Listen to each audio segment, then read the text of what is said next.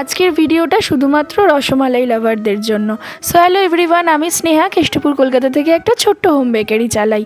Chocolate আর coffee টাপ cake তো প্রচুর বানিয়েছি, তাই জন্য একটু রসমালাই টাপ কেক ট্রাই করলাম। আর আমার কাছে অনেক কটা অর্ডারও এসেছিল।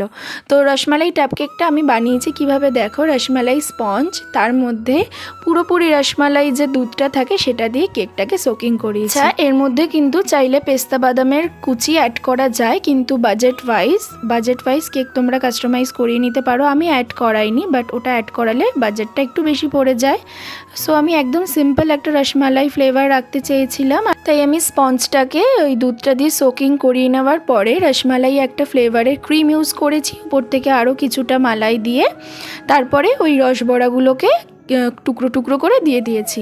আর উপরে একটু আমন্ড আর কিশমিশ দিয়ে ডেকোরেশন করে দিয়েছি। যেহেতু এটা আমি প্রথম লঞ্চ করলাম, সেই কারণে এখন এগুলো তোমরা অফার প্রাইসে পেয়ে যাবে। আর রসমালাই টাপ কেকের টেস্ট কিন্তু ভীষণ ভালো হয়, আমার কাছে খুব ভালো ভালো রিভিউ এসেছিল। অর্ডারের জন্য স্ক্রিনে দেওয়া নাম্বারে আমার সাথে কন্ট্যাক্ট করতে পারো। আজকের মতো টাটা।